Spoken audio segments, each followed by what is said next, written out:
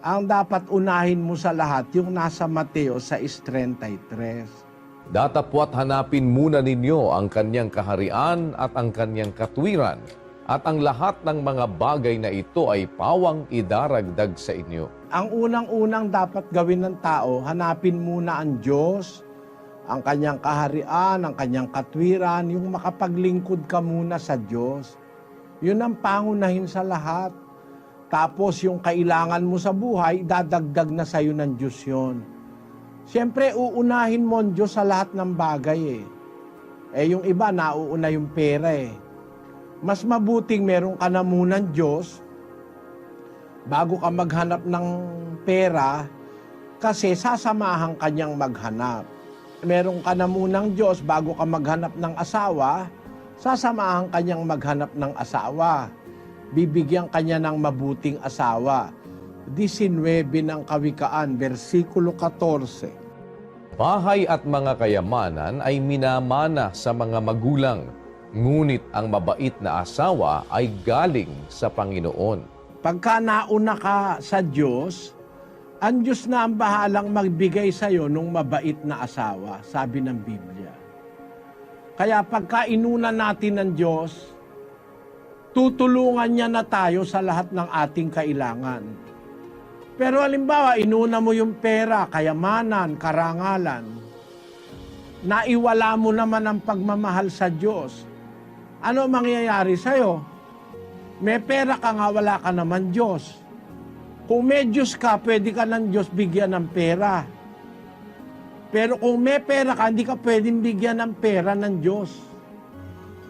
Hindi pwede yun. Hindi ka pwedeng bigyan ng trabaho ng Diyos. Pero ang Diyos, pwede ka niyang bigyan ng trabaho. Hindi ka pwedeng bigyan ng asawa mo ng Diyos. Pero ang Diyos, pwede kang bigyan ng mabait na asawa. Hindi ka pwedeng bigyan ng anak mo ng Diyos. Pero ang Diyos, pwede kang bigyan ng mabuting mga anak. Kaya dapat una sa lahat ang Diyos sa tao. Ang tanong mo, ano ibibigay mo una? Kaligayahan ng pamilya mo o yung kaligtasan mo sa hinaharap? Ang unahin mo, yung kaligtasan mo at ng pamilya mo. At masusumpungan mo yan pagka nauna mong nahanap ang Diyos. Unahin mo ang Diyos, kapatid.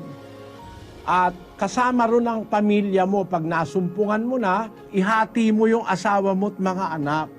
Ang pagkakamali ng iba, gaya nung nakilala ko sa UP, may ka-eskwela kasi ako nung araw, mayaman yung kanilang mga magulang.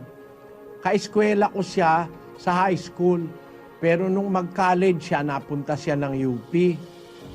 Mayaman kasi sila, naitustos siya ng magulang niya mag-kolehiyo sa UP.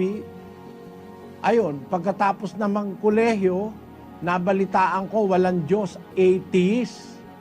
No? Atheist na siya. Naniniwala na siya sa lahat ng bagay ay physics ang paniwala niya. Naniniwala siya dun sa semantics. Naniniwala siya dun sa highest degree ng philosophy ng tao. Nawalan siya ng paniniwala sa Diyos. Sabi ko, kawawa naman. Naging bobo. Pagkatapos na ma-attain niya yung highest education na sinasabi niya, naging bobo siya dahil nawalan siya ng paniniwala sa Diyos. Ngayon, ang paniwala niya, ang tao galing sa unggoy at ang mundo galing sa Big Bang. Ngayon, ang ibig kong sabihin, kung uunahin mo yung Diyos, yung kanyang katwiran, yung kanyang kaharian, yun ang unang hahanapin mo, lahat ng bagay na kailangan mo sa buhay, ibibigay at idadagdag ng Diyos sa iyo, ayon sa kanyang salita sa Biblia. Kaya, yun ang dapat mong gawin. Unahin mo muna ang Diyos. Masumpungan mo yung Diyos, tapos dun mo dalhin pati yung pamilya mo. At magiging kompleto. Pagka wala kasing Diyos, hindi kompleto eh.